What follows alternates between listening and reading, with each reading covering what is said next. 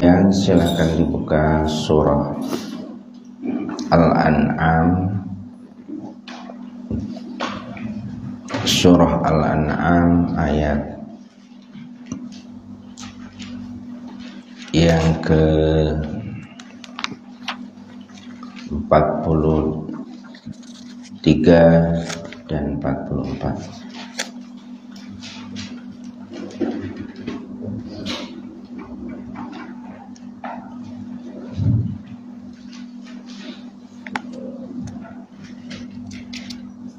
Surah Al-An'am ayat 43 dan 44.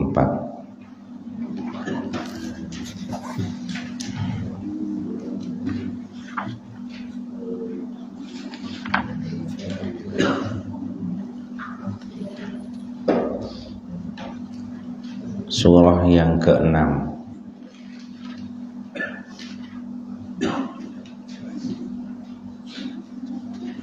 juz yang ke-7.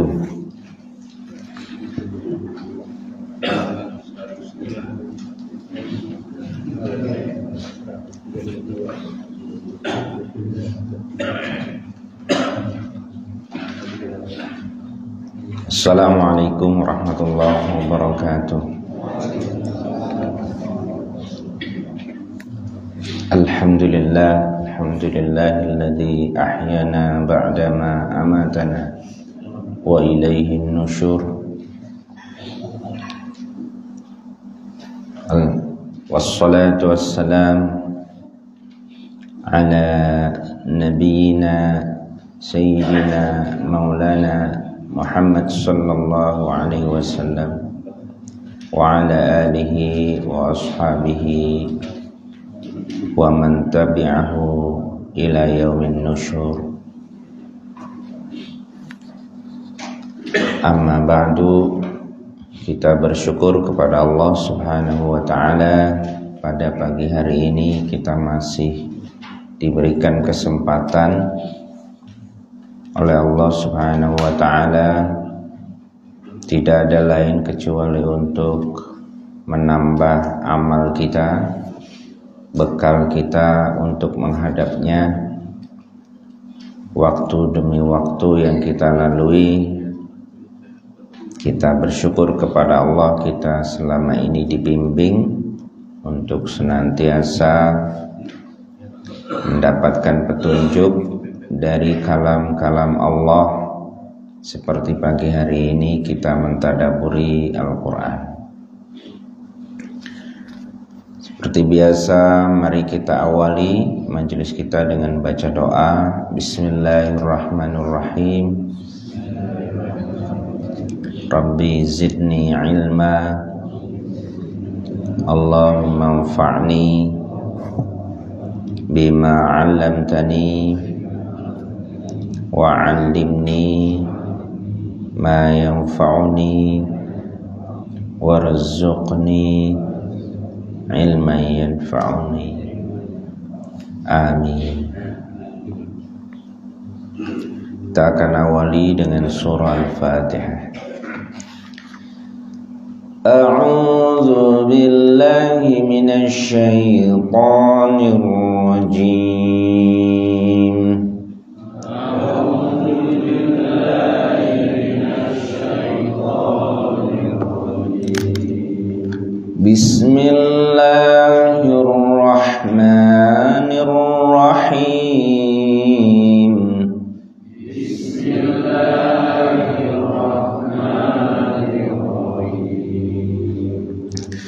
Alhamdulillahi rabbil alamin.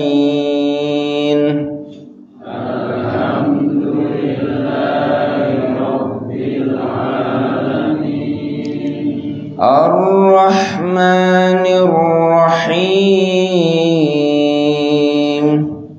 Ar-Rahmanir Rahim. Maliki yaumiddin.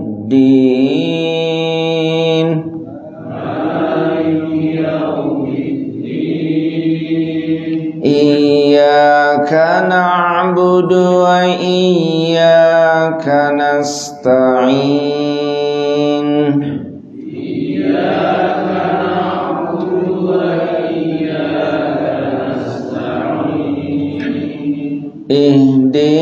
siratal mustaqim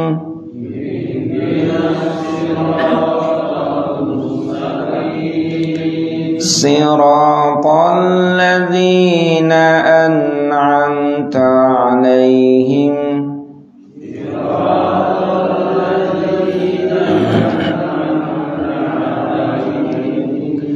ghairil maghdubi 'alaihim waladdallin.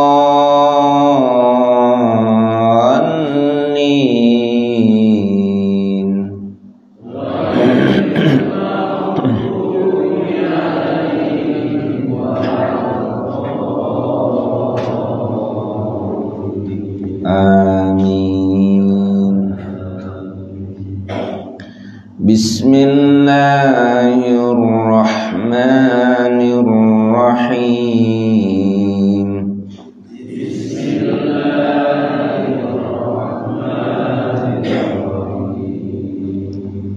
Falawla idh ja'ahum ba'suna tadarra'u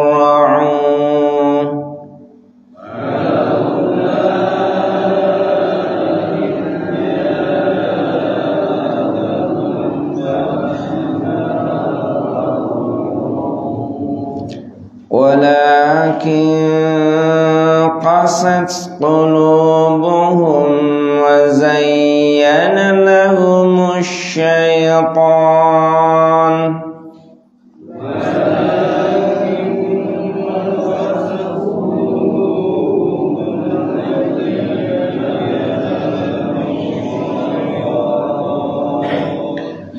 وزين لهم الشيطان ما كانوا يعملون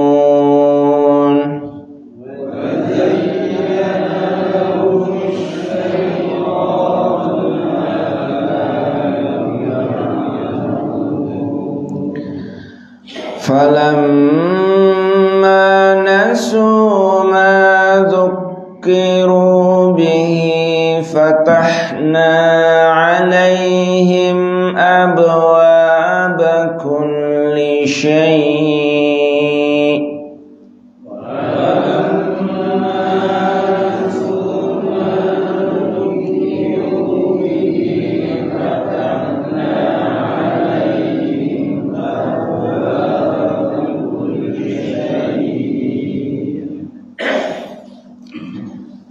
فتحنا عليهم أبواب كل شيء حتى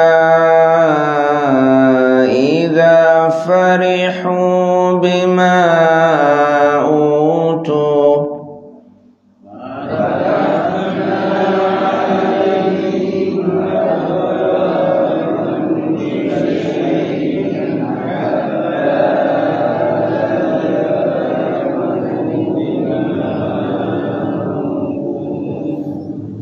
حتى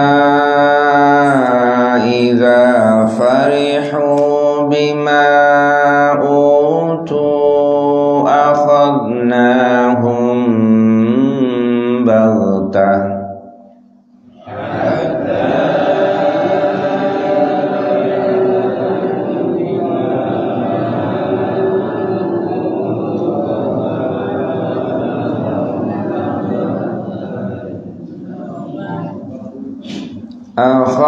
أخذناهم بغتة فإذا هم مبلسون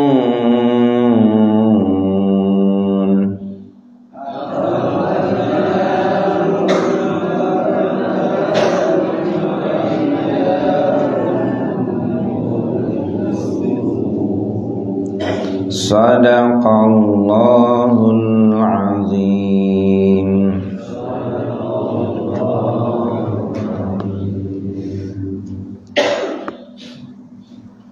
Kita langsung artikan. Bismillahirrahmanirrahim. Falaula Mengapa tidak? Irja'ahum, ketika datang kepada mereka, ba'suna, siksa kami, tadarra'u, mereka tunduk, walakin, dan akan tetapi, qasat, menjadi keras, qulubuhum, hati-hati mereka, wa zayyana, dan telah menghiasi, lahum, pada mereka, asyaitan, setan, makanu, pada apa yang mereka, ya'malun, lakukan. Falamma, maka tatkala, nasu, mereka tinggalkan, ma dzukiru, apa yang telah diperingatkan, bihi, dengannya, fatahna, maka kami bukakan, alaihim, atas mereka, abwaaba kulli syai', pintu-pintu segala sesuatu, hatta, sehingga, idza farihu, apabila mereka gembira, bima utu, dengan apa yang diberikan, akhadnahum, kami timpakan kepada mereka, baghtatan, azab seketika, faidahum, maka mereka, mublisun, menjadi putus asa.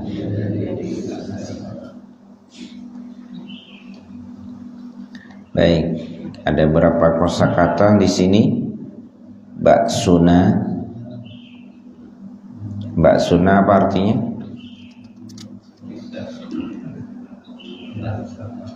Bakso.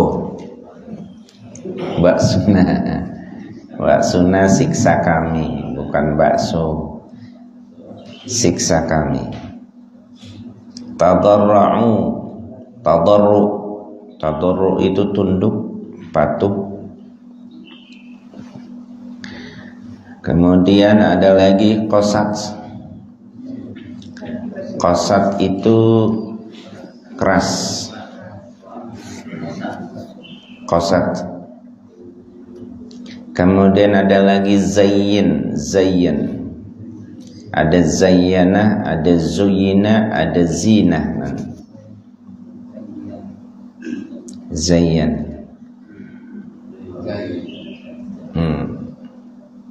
Itu hias. Zayyana menghiasi, zuyina dihiasi. Zina perhiasan. Nasu, nasu asal katanya nasia. Nasia itu sebenarnya lupa, tapi di sini diartikan nasu taraku, mereka meninggalkan. Fatahna, fatahna kami bukakan. Nah, fatahna seperti Jakarta, itu asal artinya Jayakarta, diambil dari Fathum Mubin. Ya, jadi seperti itu. Fatahna, kami bukakan alaihim abwaaba kulli syai'. Abwaab, pintu-pintu. Farihu, farihu itu gembira. Farh itu gembira. Baghtatan itu seketika. Mublisun itu putus asa, diam, tidak ada putus asa yang begitu luar biasa, itu namanya mublisun.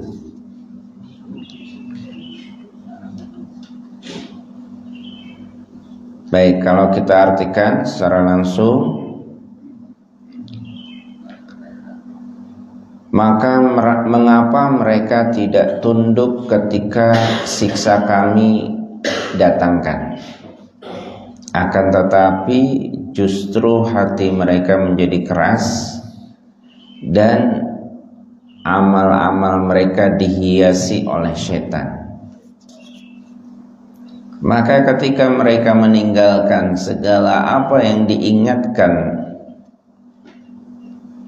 kami bukakan pintu-pintu segala sesuatu terhadap mereka, sehingga apabila mereka merasa senang, merasa gembira dengan apa yang diberikan itu, maka seketika kami datangkan azab kepada mereka, dan saat itu pun mereka putus asa, diam dan putus asa. Baik jamaah sekalian, ayat ini sebenarnya judul tema lengkapnya dari ayat yang ke-40 sampai dengan ayat yang ke-45. Temanya adalah al-luju' ilallahi wahdahu fisyada'id. Kita harus senantiasa kembali kepada Allah dalam suasana yang dahsyat. Jadi ketika ada musibah, ada malapetaka, itu kita harus segera ingat Allah. Nah, di sini diceritakan di dalam surah Al-An'am. Sebenarnya ini kajian tadi malam saya sampaikan di Branti, halaqah tadabbur kamil. Tadabbur kamil itu mentadabburi Al-Quran dari awal surat yang ada di dalam mushaf. Halaqah ini sudah berlangsung 10 tahun. Itu bermula dari surah Al-Fatihah, sekarang sudah sampai surat Al-An'am. 10 tahun. Ini 10 tahun sampai surat Al-An'am. Nah, begitu luar biasanya halaqah ini, komitmennya saya begitu salut, istiqomahnya. Nah, jadi kalau bisa hidup kita ini dihabiskan dengan seperti ini dalam proses belajarnya, maksudnya gak dihabisin semua ya. Nah, kalau di sini itu namanya tadabbur maudhu'i, kalau di sana tadabbur kamil. Kalau tadabbur maudhu'i kita pilih tema-tema tertentu. Aslinya jamaah sekalian harus pegang buku masing-masing, ditulis satu persatu. Tapi kalau diterapkan kayaknya nih berat. Ya, seperti itu. Nanti ada materinya, ada 5. Ada tartil, kemudian kosakata, gramatikal, alih bahasa, terus ada kandungan ayat. Jadi ada 5 tahapan. Itu ciri khas metode tatbiki dalam memberikan konsep tadabbur. Nah, di sini kita memahami bahwa di masa lalu itu diceritakan oleh Allah Subhanahu wa taala kepada Nabi Muhammad SAW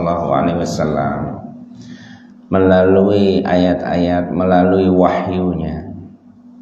Jadi di masa lalu itu ada orang, ada umat-umat yang masa lalu itu sudah diingatkan oleh Allah Subhanahu wa ta'ala tentang kezaliman mereka. Diingatkan itu dengan apa? Dengan ba'sa. Ba'sa itu adalah penderitaan yang berkaitan tentang kerugian-kerugian. Kalau petani itu kekeringan, kalau pedagang kerugian, kehancuran, kebangkrutan, itu namanya ba'sa. Kemudian yang kedua diingatkan dengan dharra. Dharra itu adalah segala sesuatu yang menimpa pada fisik, sakit yang berkepanjangan. Ya, itu dharra, di situ dimaksudkan. Nah, ketika Allah Subhanahu wa ta'ala memberikan hal itu, maksudnya apa? Tujuannya apa? Ternyata tujuannya la'allahum yatadarra'un, agar mereka itu jadi ingat Allah, jadi kembali kepada Allah, jadi tunduk kepada Allah. Itu maksud daripada Allah memberikan cobaan. Kadang-kadang ini tidak disadari. Jadi kalau ada manusia yang sadar ketika ada malapetaka menimpa dirinya, kemudian dia ingat Allah, kemudian dia kembali kepada Allah, itu sebenarnya manusia yang sukses. Tapi ada manusia yang tidak sukses, diberikan cobaan seperti itu, mereka tidak merasa bahwa itu adalah panggilan Allah, tidak merasa itu adalah kerinduan Allah padanya, sehingga yang terjadi tidak bergeming hatinya, bahkan semakin jadi kemaksiatannya. Nah, bahkan kalau itu sudah terjadi, walakin qasat qulubuhum, mereka akan menjadi hati-hatinya itu keras. Di surah Al-Baqarah diceritakan hati manusia itu kadang bisa lebih keras dari batu. Summa qasat qulubuhum min ba'di dzalik fahiya kal hijarati au asyaddu qaswah. Nah, kemudian Allah mengeraskan hati mereka itu, dan keras hatinya itu seperti batu, bahkan lebih hebat dari batu. Wa inna minal hijarati lama yatafajjaru minhul anhar. Ada batu keras, tapi batu itu memancarkan air. Wa inna minal hijarati lama yashaqqaqu fayakhruju minhul ma. Ada batu keras, tapi dia terbelah dan masih mengeluarkan aliran air. Wa inna minha lama yahbitu min khasyatillah. Ada juga batu yang dia enggak ngeluarin air, tapi dia jatuh karena tunduk kepada Allah. Nah, ini ada hati manusia yang dia itu tidak mau tunduk kepada Allah. Berarti itu hati yang lebih keras dari batu. Tadi hati yang memancarkan air tadi itu adalah ibarat atau tamsil yang luar biasa. Walaupun ada kekerasan dalam hati, tapi dia masih bermanfaat. Contohnya kalau sahabat itu Abu Bakar yang punya hati seperti ini. Kemudian yang kedua itu membelah tapi masih mengeluarkan air, itu Umar. dan banyak lagi sahabat-sahabat yang lain. Nah, ada juga manusia punya hati seperti batu, bahkan lebih keras lagi, enggak ada manfaat apa-apa. Nah, ciri-cirinya apa? Kalau diingatkan tetap tidak bergeming. Maka seperti ayat ini, falamma nasu ma dzukkiru, ketika mereka meninggalkan apa yang diingatkan kepada mereka, sudah diingatkan. Jadi peringatan Allah itu ada 2 ayat yang harus kita baca sebagai peringatan Allah. Pertama, ada ayat yang disebut dengan ayat kauniyah. Kemudian yang kedua, ada ayat yang disebut dengan ayat qauliyah. Nah, ayat kauniyah itu alam berbicara. Kan ada lagunya itu. Ya, ketika alam mulai bosan, ya. Nah, itu ayat-ayat yang berbicara. Kemudian tanyakan pada rumput yang bergoyang. Ya. Jadi itu ayat yang berupa kauniyah. Itu harus dibaca. Benar, lagu itu pengayatannya berarti bagus tuh. Ya. Jadi alam semesta ini harus dibaca. Dan sampai kepada sumbernya. Sumbernya siapa? Allah Subhanahu wa ta'ala. Kemudian ayat qauliyah. Nah, ayat qauliyah ini yang kita bahas. Ya. Kalau di masa lalu, di masa kaum Yahudi itu Taurat, kemudian Nasrani Injil, di masa kita ini Al-Quran. Nah, ini ayat-ayat qauliyah.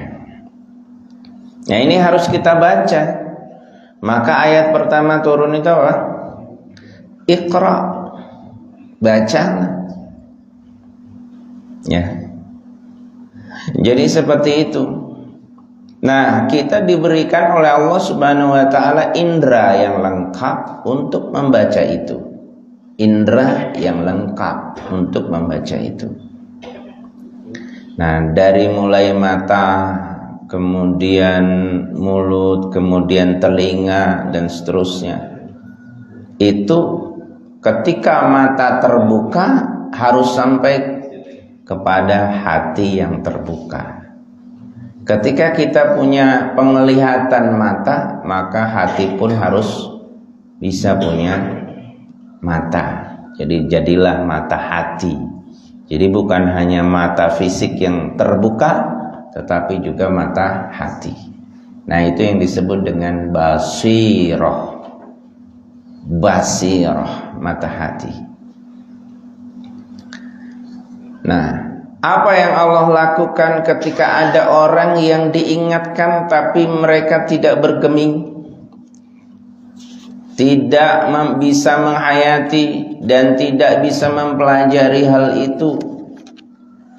Maka Allah Subhanahu wa ta'ala justru fatahna alaihim abwaba kulli syai'. Allah akan bukakan untuk orang-orang seperti ini keinginan hawa nafsunya. Semakin meninggalkan Allah, ekonominya semakin sukses, usahanya semakin lancar, pertaniannya semakin subur, dagangnya semakin ramai. Nah, ini kan yang dicari. Banyak orang mencari seperti ini kan. Apakah ini tanda kesuksesan hakiki? Belum tentu. Nah, belum tentu. Maka di sini di dalam tafsir ini disebut ada kata-kata wal in'am ala 'abdin laisa dalilur ridha 'alaihi. Kenikmatan yang ada pada seorang hamba itu bukan bukti keridhaan Allah atasnya. Belum tentu itu menjadi bukti keridhaan Allah atasnya. Kadang-kadang orang yang semakin bandel justru semakin sukses, jabatannya semakin naik. Nah, kita lihat nggak itu dalam kenyataan, realita itu? Lihat. Kadang-kadang kita kagum sama orang yang seperti itu. Kenapa ya mereka itu nggak ibadah, nggak sholat, bahkan kafir, tapi kok ekonominya, kalau kita ke Jepang, kalau kita ke Eropa, terbelalak. Kagum luar biasa. Kita orang Islam ini miskin-miskin. Orang Islam ini terbelakang, orang Islam dan seterusnya. Nah, kita perlu tahu, wal in'amu ala 'abdin laisa dalilur ridho alaihi. Jadi kenikmatan-kenikmatan yang ada pada diri seseorang itu belum tentu menjadi bukti keridhaan Allah atasnya. Wa innama idza wajadatun ni'mah idza wujidat an-ni'matu ma'al baqai 'alal ma'siyah. Nah, itu disebabkan apa? Karena nikmat itu ada tetapi dia tetap berbuat maksiat. Ya, fatahna abwaaba kulli syai. Fatahna alaihim abwaaba kulli syai. Kami bukakan pintu segala nikmat terhadap mereka.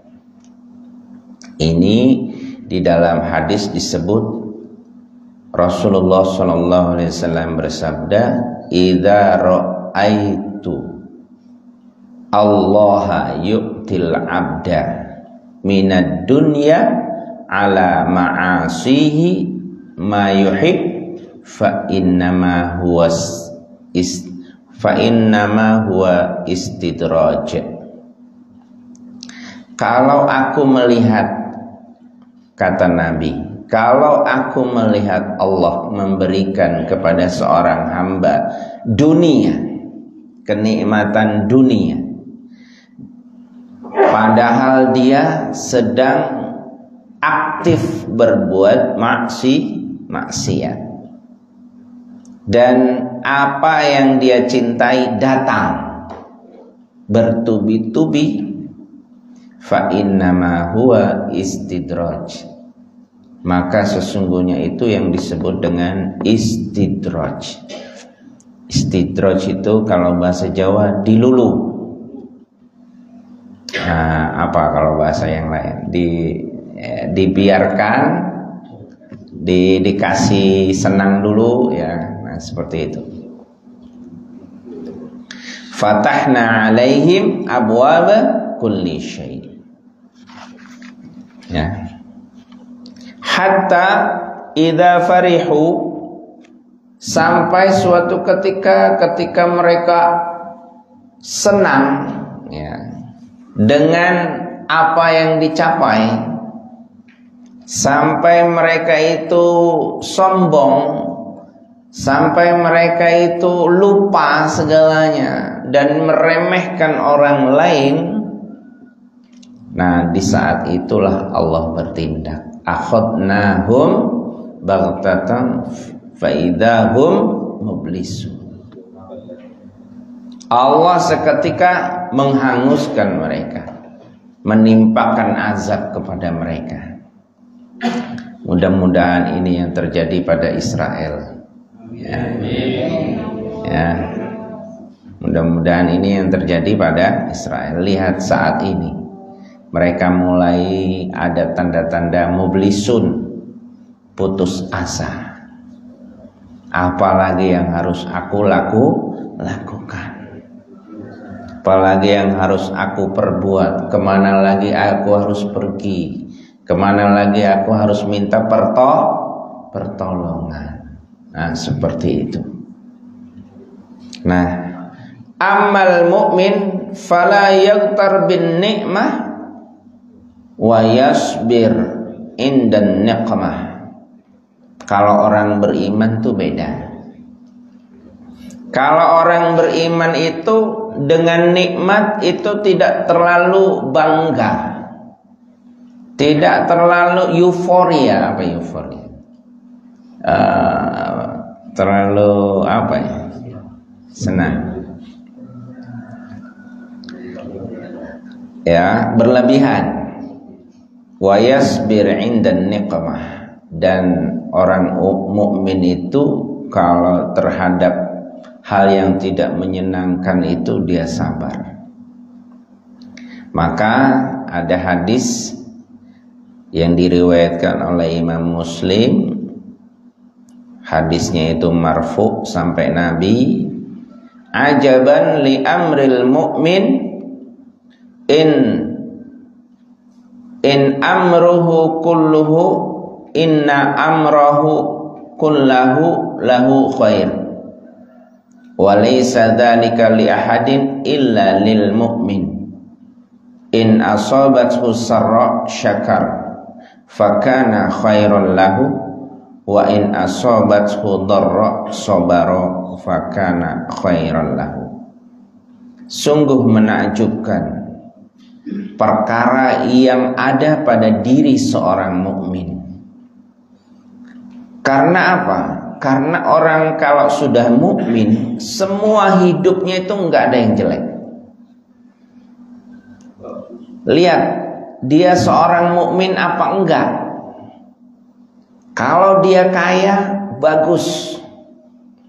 Kalau dia miskin, bagus. Kalau dia sehat, bagus. Kalau dia sakit-sakitan terus, juga bagus. Itu ada ciri-cirinya, dia adalah seorang mukmin. Dan itu tidak akan terdapat pada orang manapun selain orang beriman. In asobathu sarra syakar.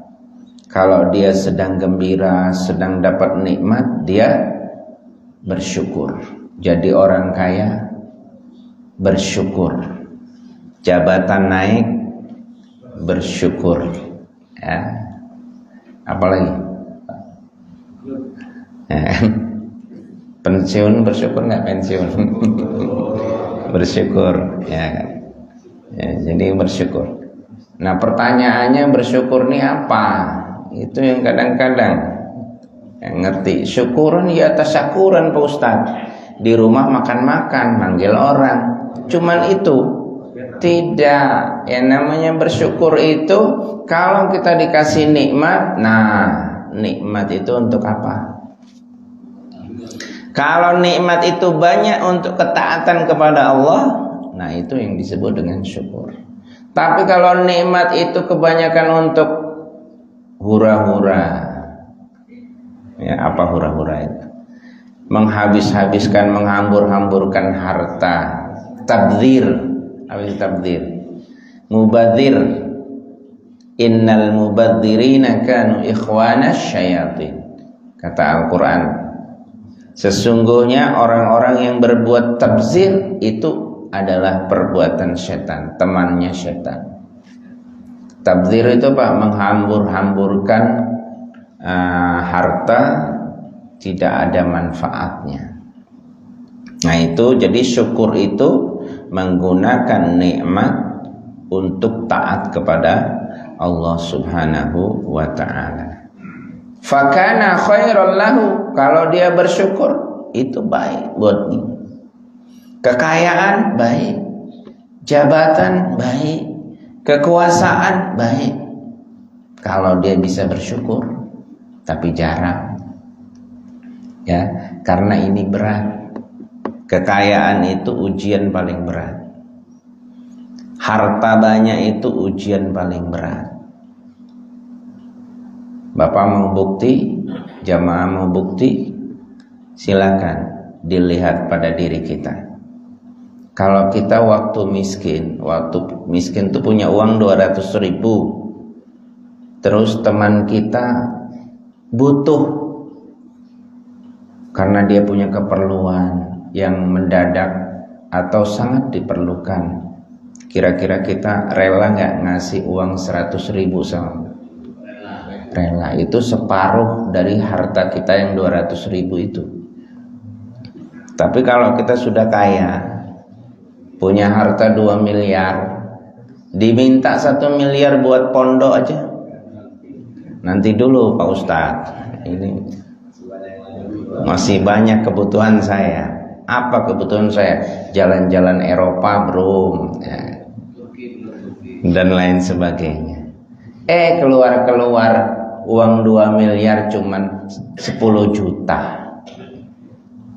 Nah itu di waktu kaya. Di waktu miskin separuh harta dia rela berikan kepada orang lain. Tapi di waktu kaya, ya kan, boro-boro separuh, 0, sekian persen yang sering keluar.